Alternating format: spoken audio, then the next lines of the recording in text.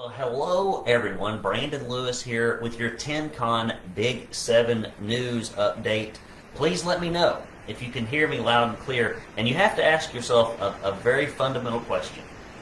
Can you really trust a man giving you the news who is also wearing a Teenage Mutant Ninja Turtles shirt? And I'll just have to let you decide. We've got big stories all across Tennessee.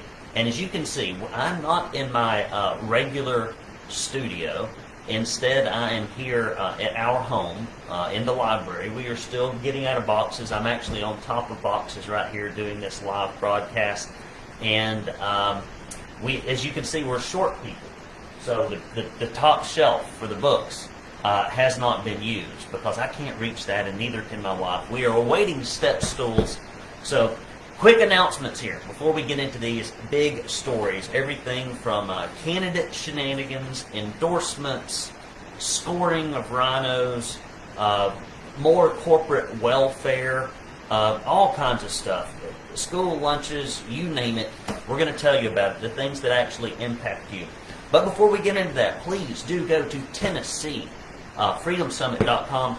Get your tickets for this fantastic event. It's our second annual Freedom Summit. If you really want to make a difference in your state, if you want to get plugged in and connected to the movers and shakers, folks that actually make a difference in legislation in Tennessee, you need to do this. Tennessee Freedom Summit, you need to come to Nashville. We're going to start out 7 o'clock in the evening at the Bold Patriot Brewing Company.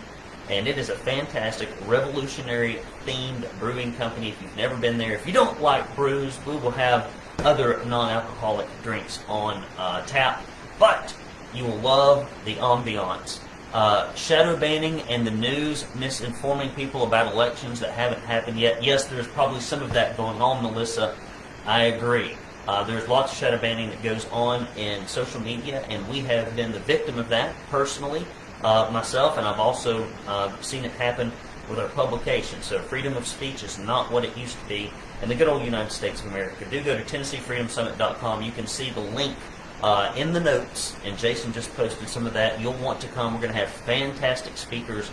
Go there, take a look, and we'll also have a major announcement later this week about how you can access some of that information. And I'm working on that today, even if you can't quite make it there in person. And if you have not downloaded your Rhino report, and you are going to the polls, or you know people that are going to the polls, buddy, this is the thing that you really need. This is the thing that you desperately require, and to enable you to make informed decisions. And you know what? We tell you the best ones and the worst ones, and everybody in the middle. You'll just have to flip through these things, vote by vote, and take a look to see how they voted. There are a lot of those voter guides that are out there I've seen that I think are inferior to the Rhino report, and I'll tell you why. They give you their opinion, but they don't give you the votes. We give you the votes so that you can make your own opinion. Go to rhinoreport.net. You can see the notes in the notes section. So download that. Let's get on to the first story. California Billionaire and Tennessee Rhinos attack Tennessee's most conservative candidates. This is no surprise. So funny. We had all of this campaign transparency shenanigans, which was really incumbent protection shenanigans that was led by the GOP. But stuff like this that is blatantly unethical and dishonest, the legislature doesn't attack this. Here we go. Recently, the Tennessee Conservatives PAC, not affiliated with us, launched attack ads against Murray County Mayor Andy Ogles, who's running for the Tennessee District 5 congressional seat, and Gary Humble, who is also running against incumbent Jack Johnson for District 27 Senate seat. Digging into the PAC's finance disclosures on the FEC's website reveals that some of Tennessee's most prominent citizens have aided in their funding, including James W. Granberry of H.G. Hill Realty Company, John R. Ingram of Ingram Industries, Robert S. Littman of Littman Brothers, Frank Rudy of Rudy West and Winstead, Turner PLLC, James C. Berry of Enterprise Solutions, William Golsack of Aligned Equity Properties, and Chet Crump of R.J. Young, etc. Further, these filings have revealed that the PAC was started with $1 million contribution from California billionaire Larry Ellison, who is the executive chairman and CTO of Oracle Corporation. Okay, we got a California billionaire dumping, for whatever reason, $1 million into a PAC. Now this PAC, with some other folks in Tennessee, is attacking, in my opinion, two of the most conservative people running in the state. Oh, here's a little side note.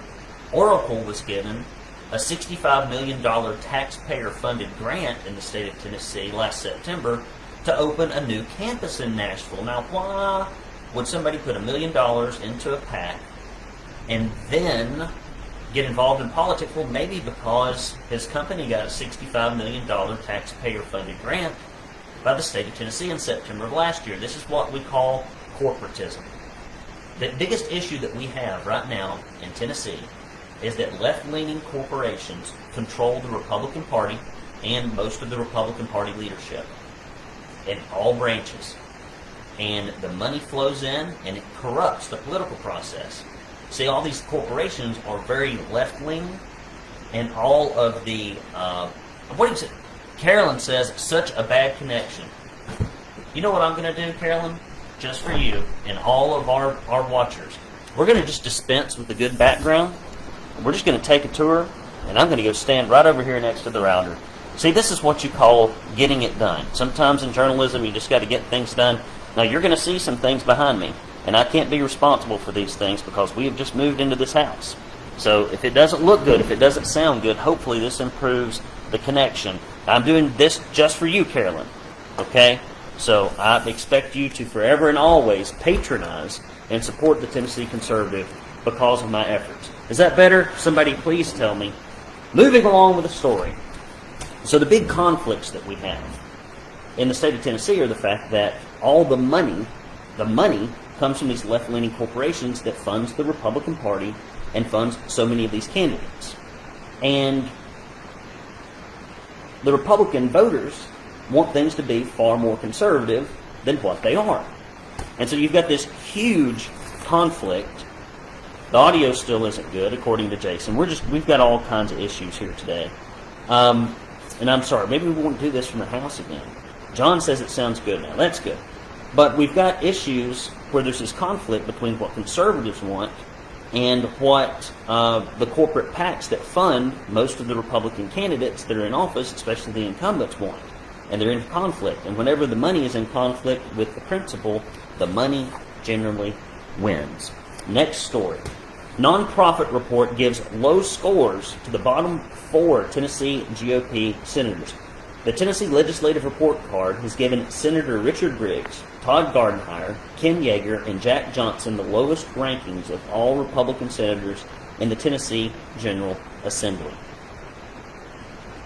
I mean, that's what we've got here. The 4 senators all scored less than 60 out of 100 on the 2022 report card, which employs a scoring methodology based on 3 broad categories: fiscal impact, which has to do with spending and taxation and budgets; agenda politics, which encompass cronyism, like corporate welfare; transparency and agendas; and property and civil rights, which relates to personal and economic freedom. Johnson, a 16-year incumbent, is running for his 5th term in office and is being challenged by Gary Humble in the August 4th Republican primary and for District 27.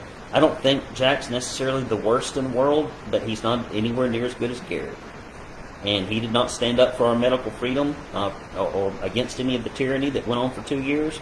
And Gary did, and he had something to lose.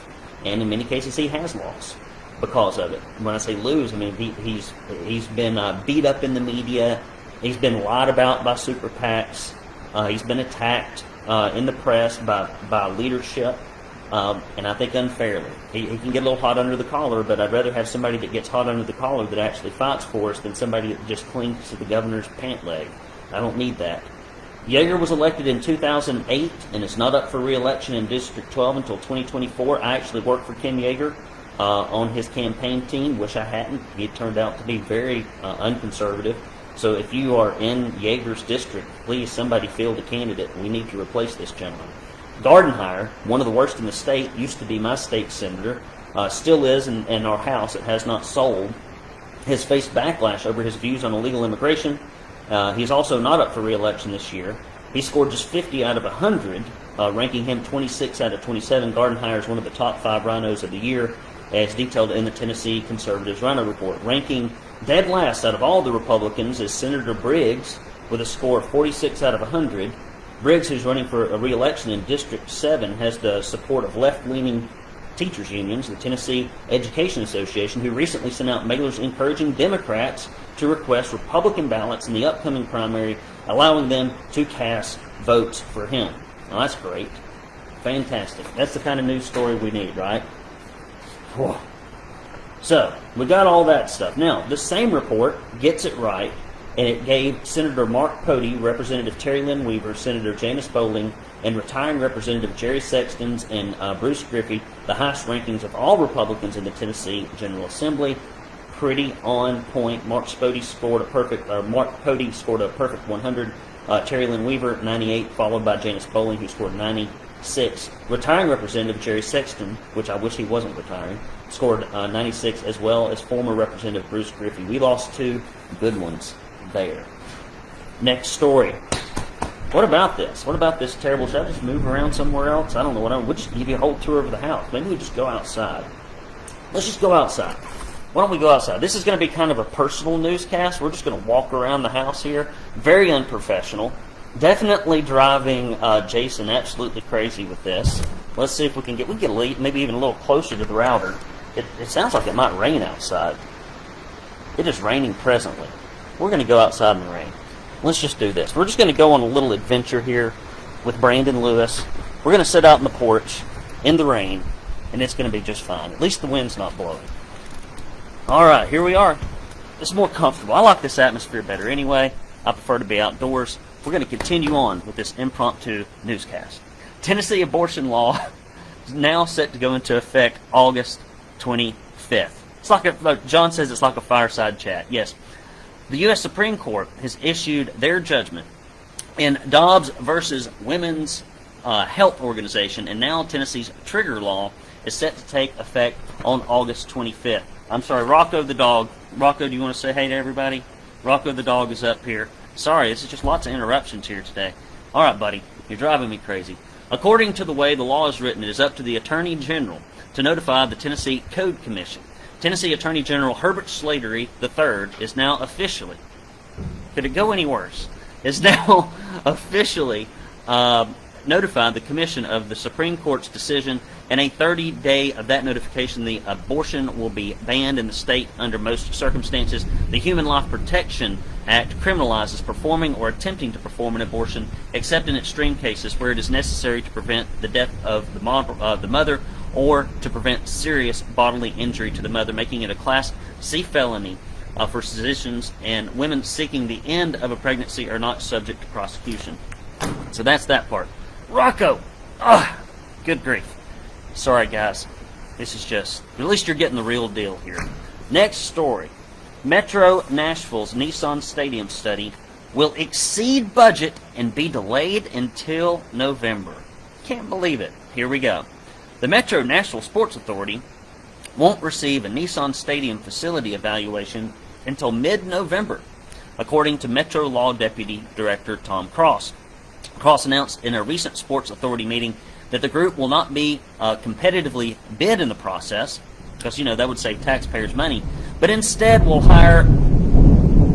See, even God doesn't like this corporatism and this corporate welfare, but will instead hire Venue Solutions Group after not looking at any other firms. You want to talk about cronyism? You want to talk about corporate welfare? There you have it. Cross also said that the report is expected to go over the $200,000 allotted in the city's budget and will cost at least $250,000. No bid, prices going up.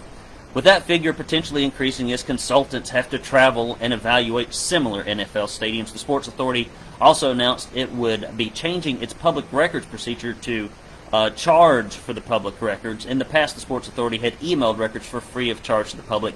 Again, no bid contracts. They want to shut down the gathering of information because they don't want you to know it, and the cost is going to go up. This is what happens when rhinos and Democrats control the process. Now it will only allow Tennessee residents to come to the Nashville Metro offices to review records or charge them for the time spent collecting and legally reviewing records. that will be emailed if copies are produced. The public will be required to pay 15 cents per page for black and white copies and 50 cents for colored sheets. Boy, it's starting to come down out here. Does it still sound okay? Does it really matter at this point? I don't think so. All right, guys, before we move on, I'm going to have to ask you to go to TennesseeConservativeNews.com/support and hit that red support button. I can't show you the beautiful, splendid bumper stickers that you would get that say Proud Tennessee Conservative, nor can I show you the Don't California My bumper sticker, Don't California My Tennessee bumper sticker that you would get if it were in my hot little hands and not back here in the library on top of a box. But those are things that you will get along if you get $50 or more, or a $10 contribution. The support link is in the comments section for what we do here.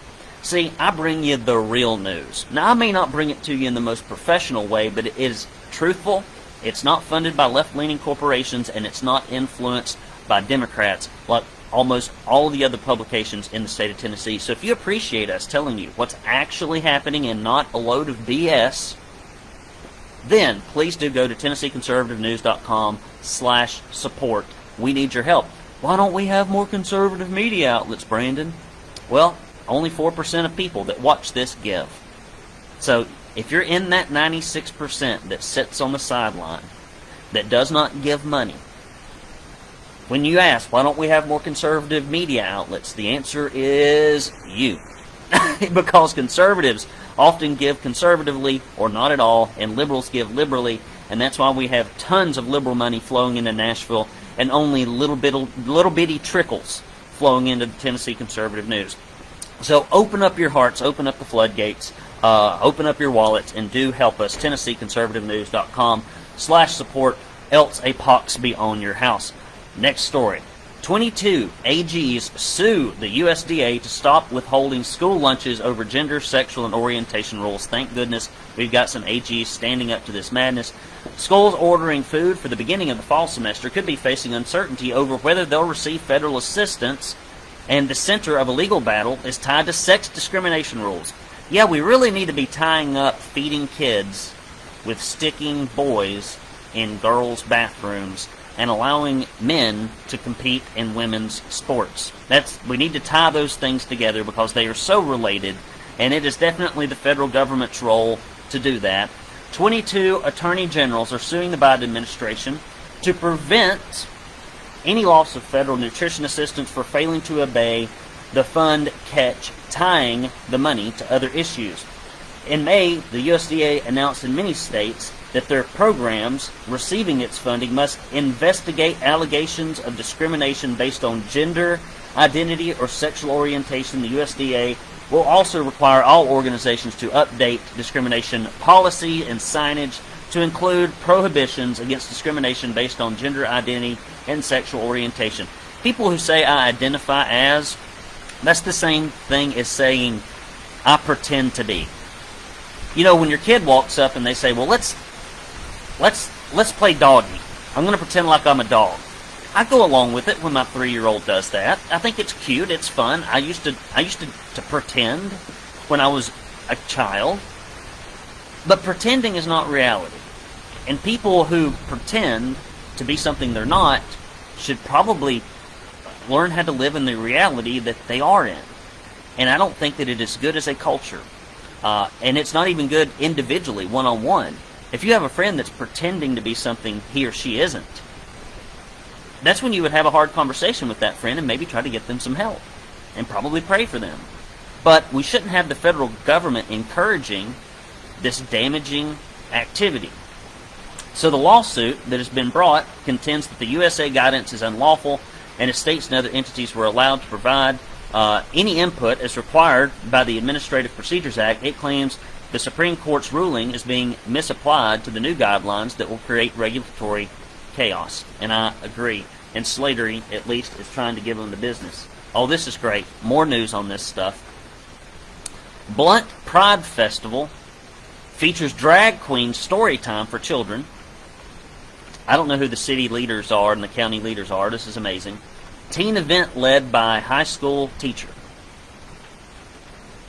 Every day, there's more and more news about 1,000 reasons we need to get our kids out of government education in Tennessee.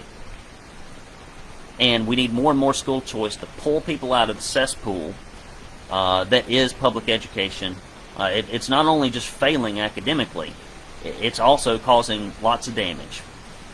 One of the first events at the Blunt Pride Festival on Saturday is a rainbow and drag queen story time on the main stage. You want to talk about the corruption of children.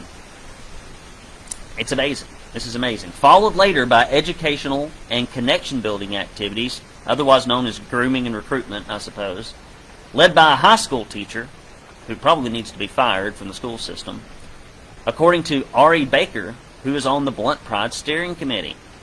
Billed as a celebration and a big old party, and the downtown event is being held centrally, located to Jack Green Park, is touted as family-friendly, and activities for children and teens all day long. Even though Blount County is considered conservative, less than a dozen protested in 2019, and organizers of last year's festival don't expect many demonstrators.